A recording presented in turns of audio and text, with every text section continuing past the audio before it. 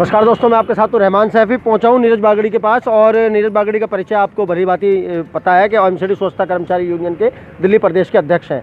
लेकिन एक सवाल मैं अपनी तरफ से भी लेकर आया हूं, लेकिन एक सवाल आप लोगों की तरफ से भी लेकर आया हूं। अब सबसे पहले आप लोगों की तरफ का जो सवाल है वो पूछूंगा। नीरज बागड़ी जी, सैलरी पिछली बार भी आपसे सैलरी के लेकर बात की थी, यूनियन ने प्रदर्शन किया, कर्मचारियों को सैलरी मिल गई, 12वां प्रदर्शन, क्या फिर दोबारा प्रदर्शन? कर्मचारी पूछना चाहते हैं आपसे। देखिए रहमान सेफी जी, पहले तो बात तो मैं आपके चैनल का स्वागत बड़ा आभारी हूँ जो बार बार हमारे समय समय पर हमारी आवाज़ को, सफाई कर्मचारी की आवाज़ को उठाते रहते हैं। मैं बहुत ही आभारी हूँ आपके चैनल का।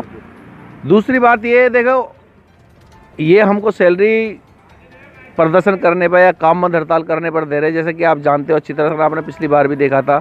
लेकिन आप देखिए कि रोहिणी जोन में देखिए और कई जोन हैं जिसमें सैलरी 4-4 महीने 5-5 महीने हो गए। तो हम ये चाहते हैं, जो पूर्वी दिल्ली के जो लीडरगान हैं, हम ये चाहते हैं कि कम से कम पूर्वी दिल्ली में ऐसा ना हो जो 4-4 महीने के लिए सफ़र कर पाए कर्मचारी। इसलिए हमें ना चाहते हुए भी ये व्यापक कदम उठाना पड़ता है कि हर महीने प्रदर्शन या काम बंद हड़ताल हमें करानी पड़ती है। अन्यथा हमारे पूर्वी दिल्ली का भी यही हाल हो जाएगा जो रोहिणी जोन का हाल है, जहाँ 5-5 महीने से सैलरी नहीं मिल रही। दूसरी बात ये कि अब जो हम प्रदर्शन करना चाह रहे हैं, हमने लेटर लगाया 19 तारीख का, 19 जनवरी का। अगर 19 जनवरी तक हमारा, अगर 18 तारीख तक हमारी सैलरी नहीं आई तो हम 19 तारीख को प्रदर्शन करेंगे। 19 तारीख से काम बंद हड़ताल भी रहेगी। मैं अपने जितने भी दिल्ली नगर निगम के सफाई कर्मचारी, मैं सभी को अपनी तरफ से एक इल्तिजा करना चाहता हूँ कि कृपया 19 तारीख को सुबह 10 बजे EDMC में सबको इकट्ठा होना। देखिए ये तो बार बार चलता रहेगा, अगर हमें बार बार जरूरत पड़े तो हम करते रहेंगे, क्योंकि वेतन हमें चाहिए, क्योंकि वो वेतन हमको नहीं मिलेगा। बहुत से कर्मचारी का क्या कहना है कि जी बार बार प्रदर्शन कर या काम बंद हड़ताल करके वेतन लेना पड़ा तो फिर क्या फ़ायदा। लेकिन मैं कर्मचारियों को बता देना चाहता हूं कि यदि अगर नेता लोग अगर अपना एक व्यापक कदम नहीं उठाएंगे तो आपको 4-4 5-5 महीने के लिए तनख्वाह के लिए जूझना पड़ेगा। इसलिए कम से कम ये चाहते हैं हम कि कम से कम आपकी सैलरी हर महीने हम चाहे लड़के या भिड़ के या कैसी भी करके आपकी सैलरी आपके अकाउंट में आती रहे, क्योंकि आप मेहनत करते हो, सुबह 6 बजे अपने ड्यूटी पर तैनात हो जाते हो और सफाई करते हो, इसलिए आपका वेतन मिलना बहुत ज़रूरी है। इसलिए कुछ भी व्यापक कदम उठाना पड़े, कम से कम आपका वेतन हम दिलाएंगे। और रही हमारी बड़ी बड़ी डिमांडों की बात है, तो जैसे ही हमारा ये कोरोना काल खत्म होएगा, एक हम बड़े पैमाने पे प्रदर्शन करेंगे। जो हमारी मेडिकल कैशलेस कार्ड है, जैसे कि हमारा कच्चे से पक्के का मैटर है और हमारा एरियल्स का मैटर है और बहुत हमारी बड़ी बड़ी डिमांड है, इन सब मुद्दों को लेकर हम ये परेशानी ख़त्म कर लें, पहले सैलरी की परेशानी ख़त्म कर लें।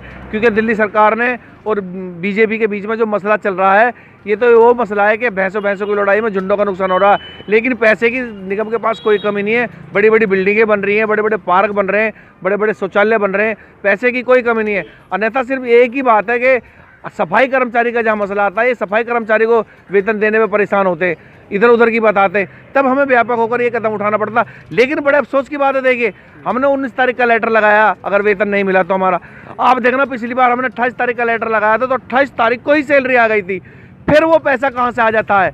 और अब 19 तारीख का हमने लेटर लगाया है तो देखना आप 19 तारीख में सैलरी भी आ जाएगी। मैं जानना चाहता हूँ अधिकारियों से कि ये पैसा कहाँ से आ जाता है। फिर जब अगर हमको प्रदर्शन ना करना पड़े, पहले ही वो हमारे को अगर सैलरी दे दें तो हमें प्रदर्शन करने की कोई जरूरत नहीं हम। लेकिन इनकी सोची समझी चाल है कि इसको वेतन के चक्कर में इन सफाई कर्मचारियों को इल्जाए रखो ताकि ये अपनी कोई बड़ी डिमांड ना मांग सके। तो ये मैं दूसरा अपना सवाल लेकर दोबारा आऊँगा नीरज भाई। पहले किशन पाल टांग साहब के पास चलूँगा। टांग साहब, आपसे भी वही सवाल पूछूंगा, क्योंकि आप एक ऐसे व्यक्ति हैं जो हमेशा सफाई कर्मचारियों की लड़ाई, उनकी हक की बात उठाते रहते हैं। स्थिति बहुत ज़्यादा ख़राब है और कहीं ना कहीं कर्मचारी हाल उसका बेहाल हो चुका है। आपकी किस तरह की राय आज निगम प्रशासन को जाने वाली है कर्मचारियों के हित में?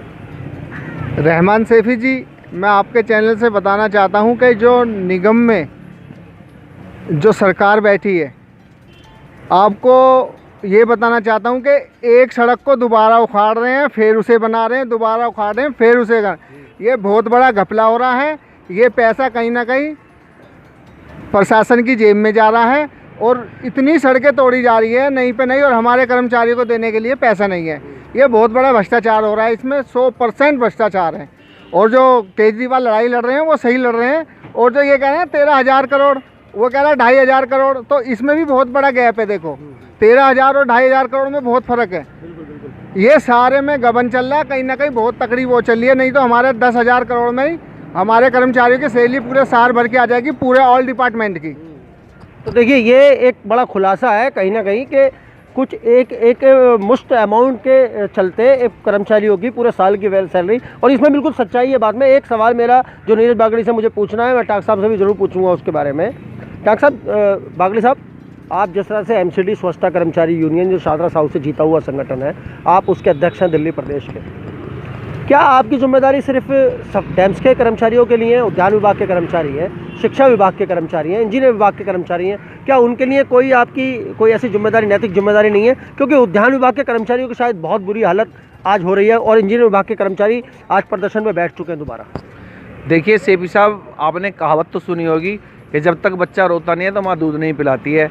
जो उद्यान विभाग के जो भी कर्मचारी हैं या जो भी वर्कर हैं, पहली बात तो अगर उन पर कोई परेशानी है, एमसीडी स्वच्छता कर्मचारी यूनियन जीती और यूनियन है और वो सभी जानते हैं, तो अगर कोई परेशानी है, उनकी सैलरी की परेशानी है, कोई भी किसी तरह की परेशानी है, तो उन्हें आना चाहिए। बट वो 5 महीने की सैलरी है उनकी, अब मुझे पता है उनकी 5-6 महीने की सैलरी हो गई, लेकिन अभी तक उनकी कोई सैलरी नहीं मिल पाई है। लेकिन सबसे बड़ी बात क्या है कि वो हमारे पास तो कभी चल के आते ही नहीं, लेकिन हम उनको फ़ोन करते हैं, बुलाते हैं, भाई क्या परेशानी है, प्रॉब्लम है, हमें बताओ। लेकिन वो हमें कोई प्रॉब्लम बताना नहीं चाहते, अन्यथा वे सोच रहे हैं, क्योंकि उद्यान विभाग की इन्होंने एक यूनियन अलग बना रखी है जो एमसीडी स्वच्छता कर्मचारी यूनियन से टच है, तो वो सोचते हैं हम अपने वो खत्म हो चुकी यूनियन, वो सोचते हैं हम अपने लेवल पे ही काम करा के अपनी सैलरी ले लेंगे। लेकिन आज तक ऐसा नहीं हो पाया कि वो अपने लेवल पर सैलरी ले लें।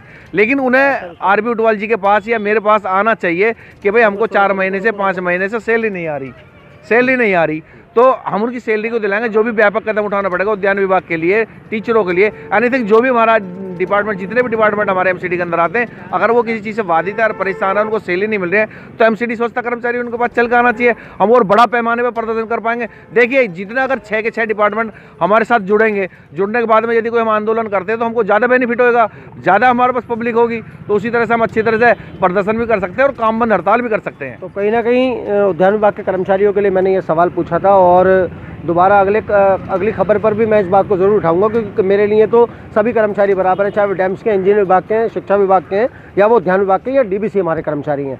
तो दोस्तों, अगले मुद्दे के साथ इसी बात को आगे बढ़ाते हुए आपसे दोबारा मुलाकात होगी। जय हिंद, जय भारत, जय संविधान।